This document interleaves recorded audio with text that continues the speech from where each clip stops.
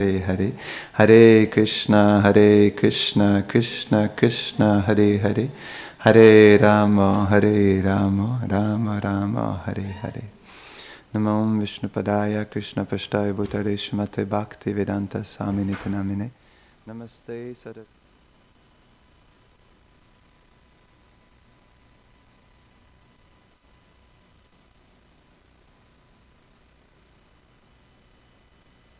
Ok, donc je vais vous lire la traduction de ce merveilleux chant.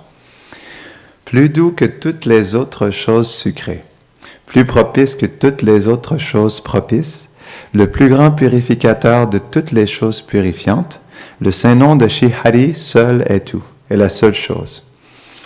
L'univers entier, de l'exalté Brahma à la touffe d'herbe, est un produit de l'énergie illusoire du Seigneur suprême. La seule chose qui est la réalité, encore je dis la réalité, le saint nom de Shri Hari est la seule chose. L'univers entier de je crois que j'ai répété le même. Donc il va me manquer une partie, c'est pas grave.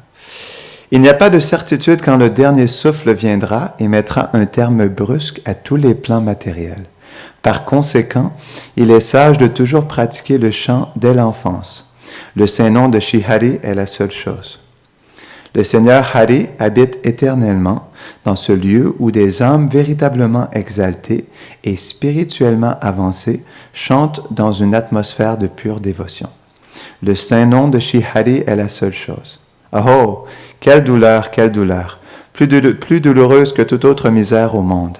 En le prenant pour un simple morceau de verre, le peuple a oublié ce joyau. Le saint nom de Shri Hari est la seule chose.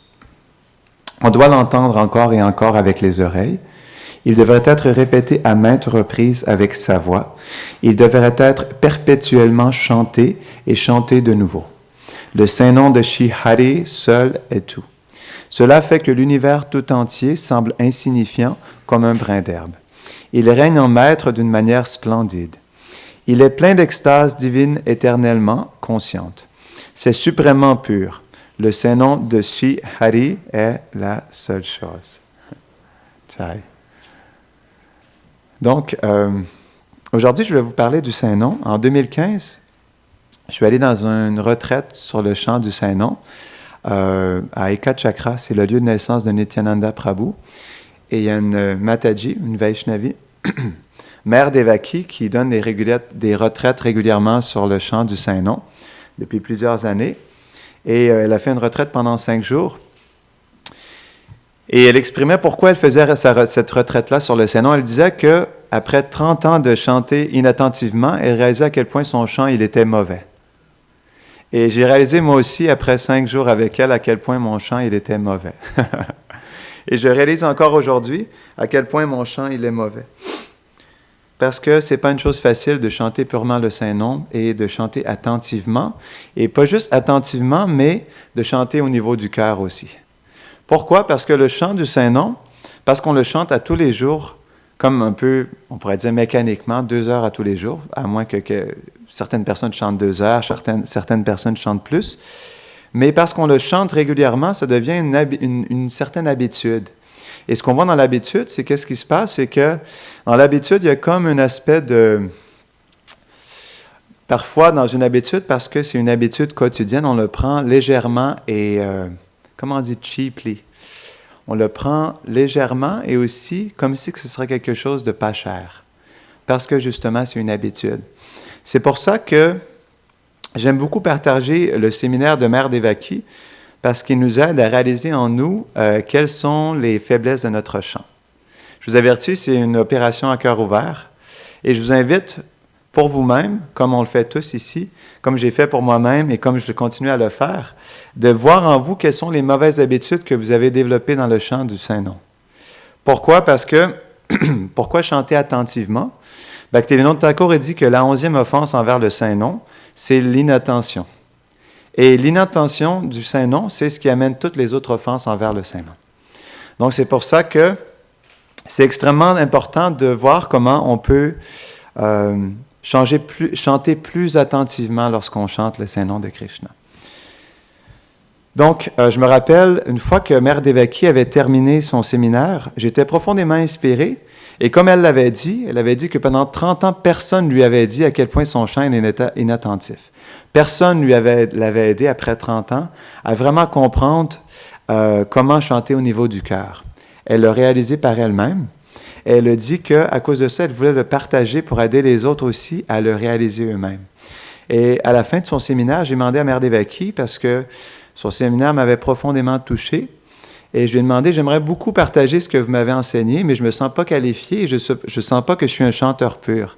Donc, comment est-ce que je peux faire? Et elle m'a dit, j'ai planté la graine dans ton cœur maintenant parce que j'ai planté la graine. Tu peux nourrir ça en toi et le partager aux autres. Donc, basé là-dessus, je suis revenu au Canada avec ça, puis j'ai décidé de partager les gloires du Saint-Nom selon les enseignements de Mère Devaki, parce que pour ma vie spirituelle, ça a comme été mon gourou du Saint-Nom, Mère Devaki. Elle m'a vraiment aidé à peaufiner mon chant du Saint-Nom dans ses différents aspects. Et je me rappelle aussi qu'est-ce qui m'a aidé à méditer plus sur le Saint-Nom. J'étais à New York et il y a un dévot qui s'appelle Ram Roy Prabhu, qui est un peu le bras droit d'Indra Prabhu, pour ceux qui le connaissent. Donc lui, il a décidé depuis plusieurs années, il a commencé à faire des harinams à New York. Et il y a un groupe qui s'est formé alentour de lui, puis à tous les jours, depuis plusieurs années, il chante 6 heures d'harinam à tous les jours. Et je me rappelle, il y a quelques années de ça, j'étais allé le rencontrer et je m'étais assis avec lui pendant 6 heures. Et j'ai été profondément touché de l'absorption de son chant. Quand je l'ai vu chanter à côté de moi, il chantait tellement avec tout son être, tout son cœur. Je me suis dit, voilà, il y a quelqu'un qui chante vraiment avec sincérité. Et ça m'a vraiment touché. Et je me rappelle le soir suivant, on était à 26 Second Avenue. C'est le premier endroit où Srila Prabhupada a ouvert le premier temple de son mouvement en Amérique du Nord. Et après la classe, je prenais Prashad avec Ram Roy Prabhu. Et il me disait, est-ce que tu veux que je te partage un secret? Il me dit, j'ai lu les livres de Srila Prabhupada de fond en comble pour peut-être plus de 30 fois. Et ma conclusion, après avoir lu tous ces livres plus de 30 fois, c'est que on doit chanter le Maha Mantra avec tout notre cœur constamment. C'était sa conclusion. Donc, j'ai trouvé ça très intéressant parce que Srila Prabhupada, il explique, je crois qu'il explique ça dans le Bhagavatam, que le chant du Maha Mantra, c'est l'essence de toute notre philosophie. Il dit aussi que l'essence donnée par le maître spirituel, qui est la plus essentielle, c'est de chanter les 16 tours. Pour ceux qui sont demandés par leur maître spirituel de chanter 16 tours, comme Prabhupada dans son mouvement, il donnait l'instruction à tous ses disciples, et par la suite, les maîtres spirituels, à leurs disciples de chanter 16 tours minimum. Et Prabhupada expliquait que ça, c'était l'instruction la plus essentielle. Et c'est intéressant tout de même parce que quand on prend refuge dans notre maître spirituel, lorsqu'on reçoit l'initiation, quel vœu on fait? On fait le vœu de chanter un certain nombre de tours fixes, non? Et de suivre les 4 principes régulateurs, non? Donc, naturellement, on peut comprendre que c'est une des instructions, si ce n'est pas là, c'est une des instructions les plus importantes parce que dans notre initiation, on fait le vœu devant le maître spirituel, les déités et tous les Vaishnavas de chanter pour le reste de notre vie. Et un certain nombre de tours fixes. Mais le point, c'est que oui, on prend cette instruction-là, mais quelle qualité on met dans notre chant. Donc, c'est pour ça, justement, que la bhakti, c'est pas quelque chose de facile parce que ça veut dire aller à l'intérieur de soi et ouvrir son cœur pour trouver les bonnes, mais aussi les mauvaises choses. Voir qu'est-ce qui se cache à l'intérieur de nous. Et le chant du Maha Mantra, le japa, c'est plus difficile que le kirtan parce que le japa, c'est individuel. On est tout seul avec notre mental et le japa et notre conscience. Non? Tandis que le kirtan, on est tous ensemble, c'est plus facile de s'entraîner dans le chant du Maha Mantra. Mais pour ce qui est du japa, c'est quelque chose qui est difficile au quotidien. Donc, c'est pour ça, justement, que c'est important de souvent se souvenir et d'essayer de voir comment on peut peaufiner notre chant du Maha Mantra parce que, justement, c'est quelque chose qui est très difficile. Pour soi-même, de chanter attentivement, mais comme l'explique Bhaktivinoda Thakur, pas juste au niveau du corps et du mental, mais au niveau du cœur. Et qu'est-ce qu'il explique dans le Harinam Chintamani? Là où on a une difficulté à chanter au niveau du cœur, c'est parce que l'âme, elle a une indifférence envers Krishna. C'est pour ça qu'elle a de la difficulté à chanter sincèrement avec son cœur, avec sentiment, parce qu'il y a une indifférence qui est là. Non? Donc, pourquoi on chante le Mahamantra? Je vous pose la question. Ou qu'est-ce que ça veut dire chanter le Mahamantra? Si on se met une définition principale. Chanter le Mahamantra, oui. Oui, exactement. Autre chose? Donc, c'est ça, c'est vraiment ça. C'est une demande de rétablissement dans une relation. C'est notre première connexion à Krishna, le Mahamantra, on peut se dire. Pour plusieurs dévots, ils ont entendu justement le Mahamantra avant de rencontrer leur maître spirituel, même avant de rencontrer les Vaishnavas. Il y a quelqu'un qui me disait ça récemment, que la première connexion qu'il a eue avec les Vaishnavas, c'était en entendant Srila Prabhupada chanter le Mahamantra sur YouTube. Non? Donc, pourquoi le Mahamantra, c'est notre première connexion à Krishna, c'est que Srila Prabhupada, il expliquait qu'on chante constamment le Mahamantra parce qu'un journaliste lui avait demandé « Pourquoi est-ce que vous chantez constamment? » Il était outré de savoir à quel nombre de mantras on chantait. Parce que dans un japa, il y a combien de noms? Je crois 1726 noms, quelque chose comme ça. Donc, multiplié par 16, si on chante minimum 16 tours. Donc, combien de noms ça fait? Ça fait des milliers de noms. Donc, quand le reporter, il a entendu ça, qu'on chantait des milliers de noms de la même personne, mais il s'est dit, vous êtes fous, non?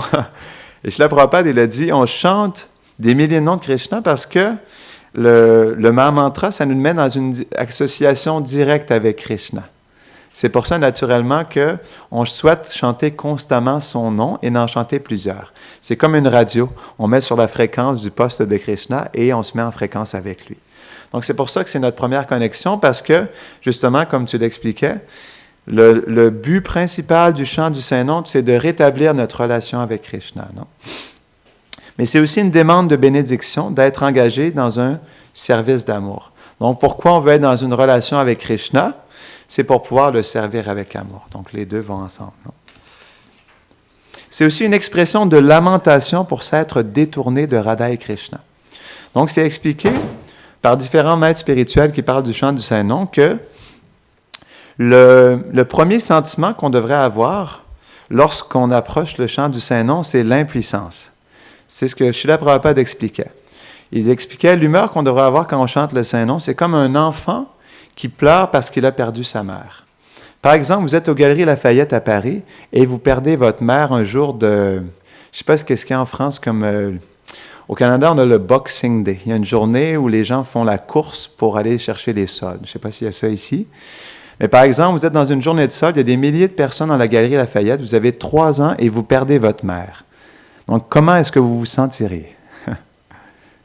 Vous avez sûrement déjà vécu ça, perdre vos parents. Je me rappelle, je faisais le tour du Canada avec ma mère et son conjoint, et ils m'ont oublié dans la toilette d'une station d'essence. J'avais 4 ans. Je vous dis que j'ai vraiment pleuré. Je criais. Puis on était au milieu de nulle part en plus, puis je parlais pas anglais. C'était juste des anglophones alentour de moi. Donc j'étais vraiment en crise totale, non?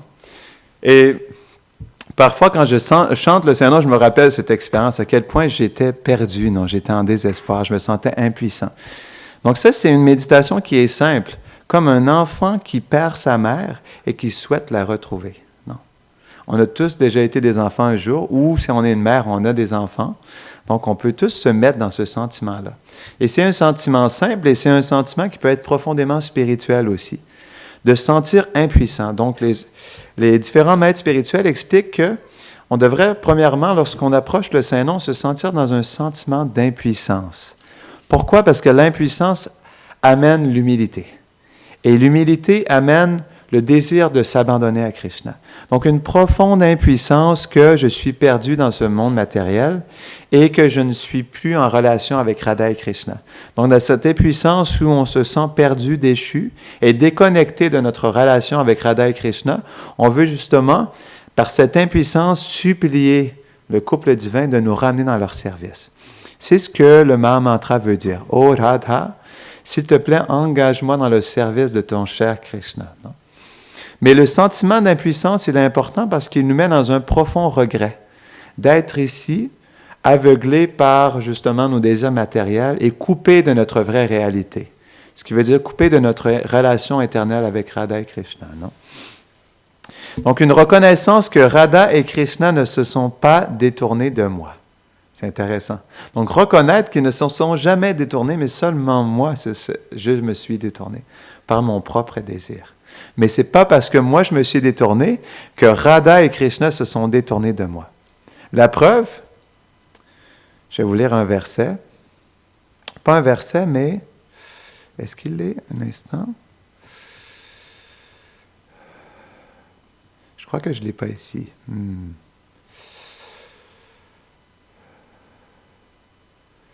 C'est pas grave, mais il y avait un verset, un commentaire que je vais vous partager qui expliquait à quel point Krishna est miséricordieux parce qu'il va dans le cœur de tous les êtres vivants pour les accompagner. Et parce qu'il est présent, conscient de toutes nos activités, même dans le ver à soie ou même dans l'araignée, ça veut dire que Krishna, il est présent à chaque instant. Et c'est ce qui fait qu'il ne se détourne jamais de nous, parce qu'il est conscient de chacun de nos gestes, même nos gestes les plus abominables. Non? Donc le Mahamantra, c'est aussi un voyage de découverte de soi.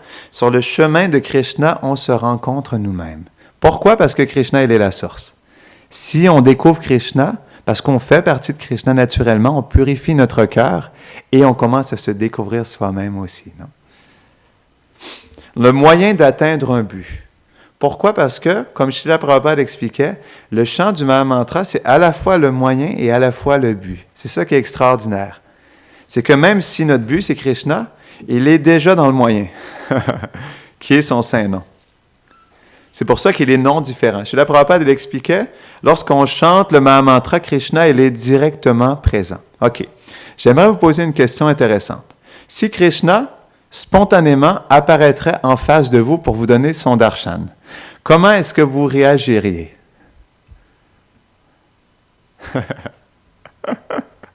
Vous ne réagiriez pas? Comment est-ce que vous réagiriez? Oui? Oui, exactement.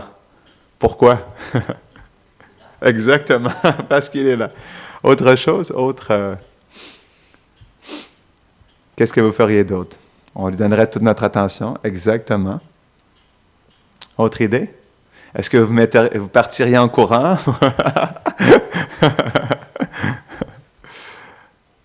Exactement, c'est ça. On lui donnerait toute notre attention. Parce que c'est Krishna, non? Il y a un point intéressant. Jiva Goswami, il explique que Krishna, il est Bhagavan. C'est ça, c'est Jiva Goswami. Comment Jiva Goswami, il définit Bhagavan?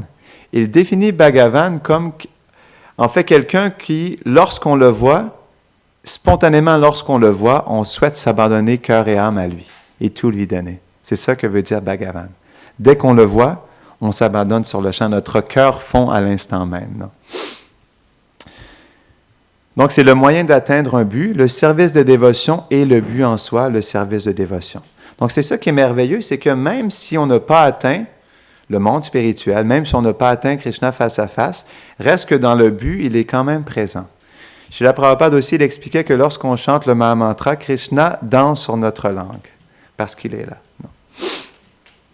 Mais pourquoi on doit chanter attentivement? C'est parce que, par exemple, si je cogne à la porte de quelqu'un et je répète son nom, par exemple, « Oh, André », je souhaite rencontrer André, je frappe à la porte, « André, André ». Je cogne la porte et la personne ouvre la porte, me regarde, mais pendant qu'elle me regarde, me montre sa présence, je regarde ici et là, à gauche, à droite, mais je ne regarde pas la personne. Comment est-ce que la personne va se sentir? Si j'appelle son nom, elle ouvre la porte et me montre sa présence, mais je l'ignore. Non. C'est ça que le chant avec inattention veut dire. C'est que j'appelle le nom de Krishna et je souhaite communiquer avec lui, mais en même temps, je suis inattentif, mon cœur n'est pas présent et je ne suis pas vraiment conscient que Krishna, il est présent dans le chant et que j'essaie justement de communiquer avec lui. C'est pour ça que le deuxième, après avoir mis son cœur dans un état d'impuissance, le deuxième sentiment, c'est de se tourner vers Radha et Krishna pour avoir une relation. Parce que je suis impuissant et que je suis en désespoir, je cherche me tourner vers eux pour pouvoir développer une relation avec eux. Non? Donc, le Mahamantra, c'est aussi le service de dévotion à Radha et Krishna, parce que justement, qu'est-ce que le Mahamantra veut dire? Ça veut dire que c'est Radha, Krishna, mais c'est aussi le pur amour, Prema. Non? Donc, le Mahamantra ou le chant du Saint-Nom, c'est aussi le meilleur de tous les membres de la Bhakti, c'est comme le pilier. Et tous les autres membres de la Bhakti, que ce soit l'écoute, que ce soit la prière ou l'adoration du Seigneur, ils tournent alentour de ce pilier. Pourquoi? Parce que quel est le but d'existence? C'est développer le pur amour de Dieu. Et Chaitanya Mahaprabhu, il révèle dans le Chaitanya Charitamrita que le pur amour de Dieu se trouve dans le chant du Saint-Nom. C'est en chantant le chant du Saint-Nom qu'on va éveiller en nous le pur amour de Dieu. Et comme on l'expliquait tout à l'heure, parce que le but d'existence, pourquoi on veut développer l'amour de Dieu, c'est pour avoir une relation avec Radha et Krishna. Donc naturellement aussi, le chant du Saint-Nom, il est le pilier parce qu'il nous permet de développer cette relation avec Radha et Krishna. Non? C'est le refuge ultime en soi parce que le Saint-Nom, il est non différent de Krishna. Comme par exemple, un nom ici, comme André, comme on expliquait, ou peut-être O. Si j'écris O, je n'aurai pas le goût de l'eau. Ou Prabhupada disait mangue. Mais si je dis Krishna, Krishna est présent dans le mantra. Non? Donc, le Shikshastakam décrit bien le chant du Saint-Nom. On le connaît bien, on le récite à tous les matins, mais je voulais juste le survoler rapidement pour qu'on puisse se souvenir, en fait, à quel point le chant du Saint-Nom, c'est tout, et c'est la pratique par excellence pour développer notre relation avec Krishna. Le chant du Saint-Nom purifie le cœur. C'est ce que le premier verset explique. Parce que, justement, Krishna, il est présent dans le chant du Saint-Nom. Lorsqu'on répète son nom, naturellement, le cœur se purifie, non? Parce que Krishna, il est suprêmement pur, non? C'est ce que l'Ishopanishad explique. Donc, le chant du Saint-Nom éteint le feu de l'existence matérielle. Pourquoi? C'est ce que Srila Prabhupada expliquait. Le feu de l'existence matérielle, en fait, c'est le feu brûlant de la concupiscence. Et comment la concupiscence se détruit? Elle se détruit par l'opposé, qui s'appelle Prema. Et le chant du Saint-Nom, parce qu'il contient l'amour de Dieu, même lorsqu'on le chante au départ, c'est ce que Vineshwanath Chakravarti Thakur l'explique, même quand on le chante au départ, le chant du Saint-Nom, il est présent aussi. Pas le chant du Saint-Nom, mais le pur amour de Krishna, il est aussi présent. C'est juste qu'à notre niveau, on ne l'expérimente pas pleinement. C'est pour ça que, justement, le meilleur moyen pour se défaire du feu de l'existence matérielle, c'est de développer l'amour de Dieu qui est pleinement présent dans le chant du Saint-Nom. Donc, il y a un autre aspect du Shikshastakam, active l'épanouissement de la fortune ultime. Quelle est la fortune ultime? C'est décrit par Bhaktivinoda Thakur. Il explique que la fortune ultime, c'est d'éveiller notre Svarup, notre identité éternelle, et dans cette identité, d'adorer Radha et Krishna. C'est ce que le Mahamantra fait, parce que Bhaktivinoda Thakur, il explique que le mantra qu'on appelle aussi Shrinam Prabhu, est aussi notre gourou. Il explique que même si on n'est pas dans l'association de maîtres spirituels qui peuvent nous aider à éveiller notre Svarup, notre identité éternelle, le Saint-Nom, qui est aussi notre gourou, va dans notre cœur, purifier notre cœur et, naturellement, comme un gourou, va nous dévoiler notre identité éternelle. Donc, le chant du Saint-Nom, le Saint-Nom éveille l'âme avec la connaissance de soi. Donc, c'est un autre aspect, parce que, justement, l'âme est purifiée, pas l'âme, mais le cœur est purifié par les choses qu'on appelle les anarthas, les mauvaises choses qui se sont bien situées profondément dans le cœur. Mais justement, cette purification nous amène la connaissance de notre être et la connaissance de Krishna. Non? C'est pour ça, en réalité, aussi que même si on ne lit pas nécessairement les textes sacrés Vaishnav, juste par le chant du Saint-Nom, parce que le cœur se purifie, naturellement, la connaissance aussi va se manifester en nous. Donc, il augmente la félicité de la relation intime. Justement, comme on l'expliquait, le but principal du chant du Saint-Nom, c'est de se reconnecter à Krishna. Et pourquoi, justement, il nous aide aussi à atteindre notre vraie nature, c'est que le chant du Saint-Nom, il établit le dasya rasa en nous. Avant d'établir notre rasa éternelle individuelle, on doit éveiller le dasya rasa, qui veut dire l'humeur d'un serviteur. Et parce que justement, le Mahamantra, c'est justement ce qui est inclus dans le Mahamantra, c'est qu'on implore Radharani de nous permettre de servir Krishna, de nous utiliser comme un instrument pour se qualifier à servir Krishna, notre maître spirituel et tous les Vaishnavas.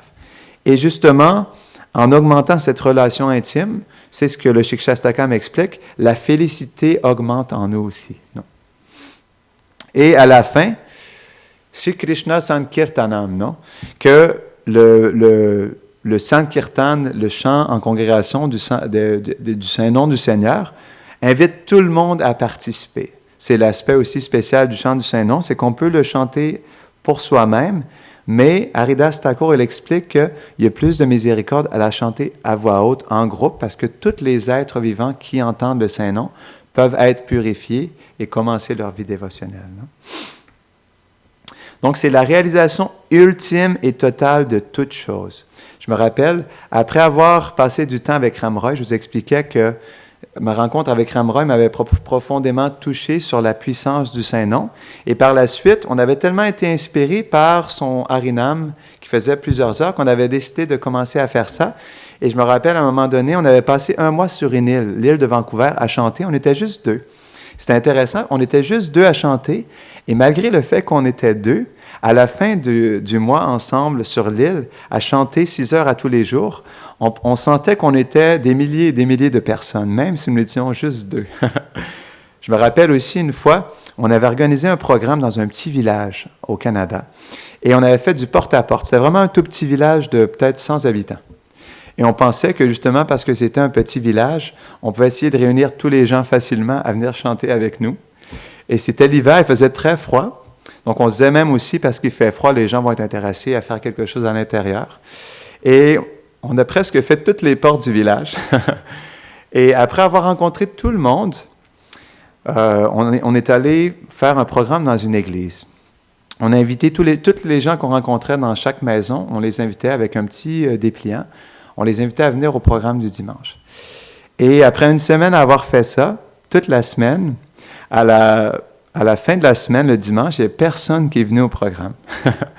Donc, on s'est dit, on était moi et l'autre brahmachari, on s'est dit, qu'est-ce qu'on fait? Donc, on a décidé quand même de faire le kirtan. Et c'est intéressant parce que Krishna nous a donné cette expérience-là que même si on était juste deux, c'est comme s'il y avait des milliers de personnes qui étaient avec nous. Pourquoi? Parce que dans le chant du Mahamantra, lorsqu'on chante ensemble pendant plusieurs heures, c'est souvent l'expérience qui vient, où on chante personnellement, à chanter plusieurs tours.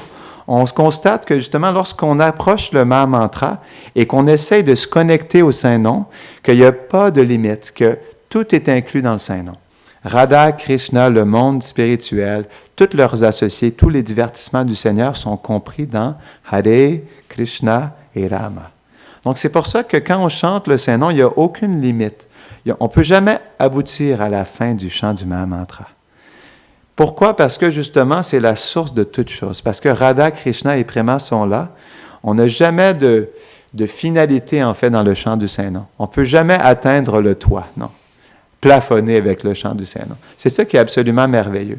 Et que, comme toute autre pratique, ou plutôt comme tout autre chant qui est d'une vibration matérielle, le chant du Saint-Nom, on pourrait le chanter constamment, en se perdant complètement, en fait, dans l'infini que présente le chant du Saint-Nom. Pourquoi? Parce que Radha et Krishna sont là. Non? Donc, l'absorption dans le Saint-Nom inspire plus d'absorption dans le Saint-Nom.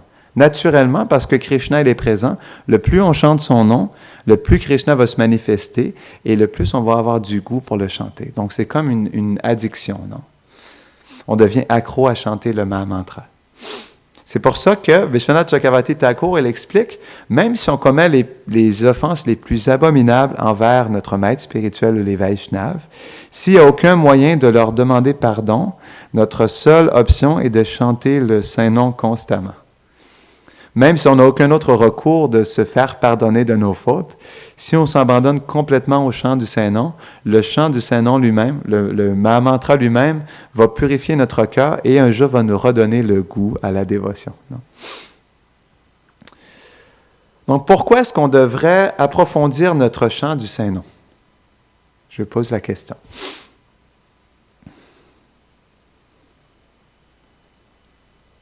Quelle est l'importance d'approfondir notre chant.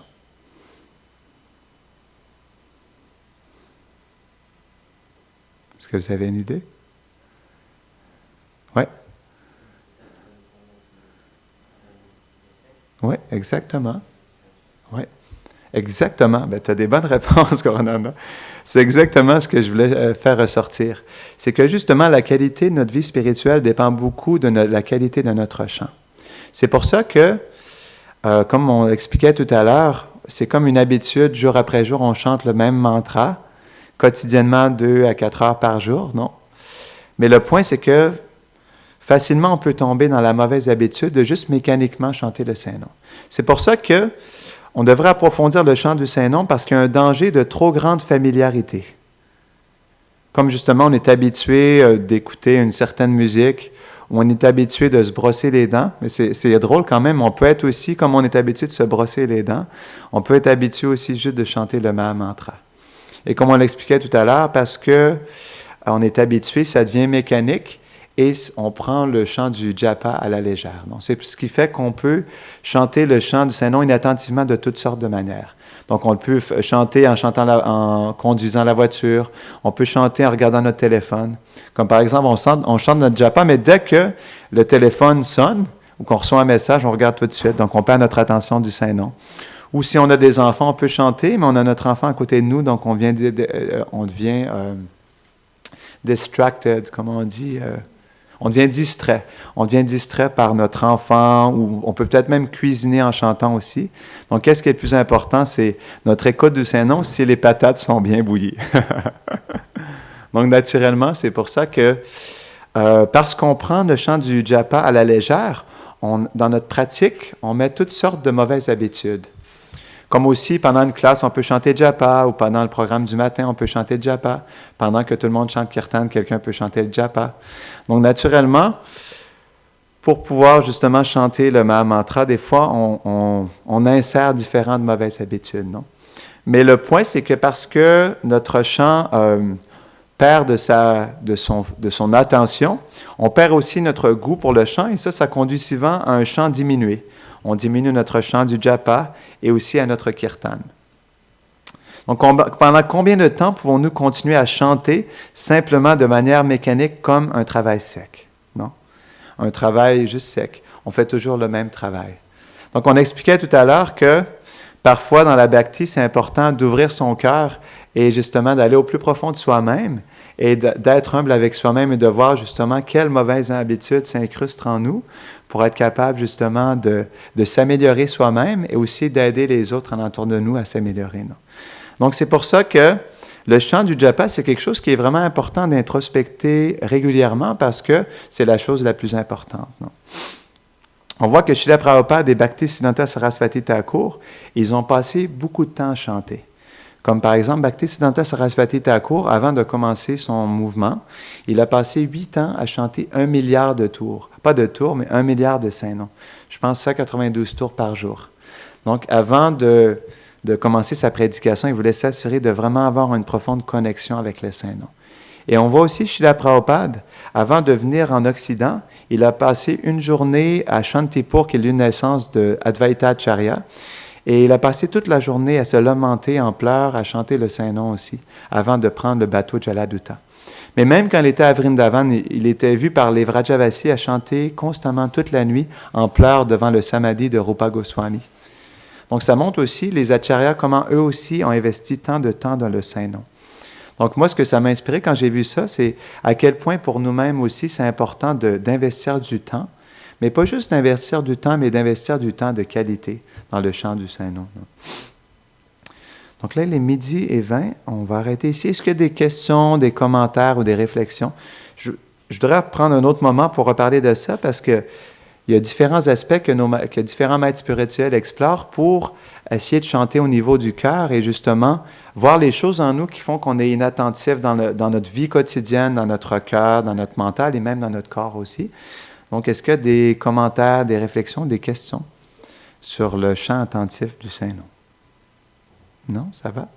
Donc, on va terminer ici. Hare Krishna Mahamantra Ki Jai.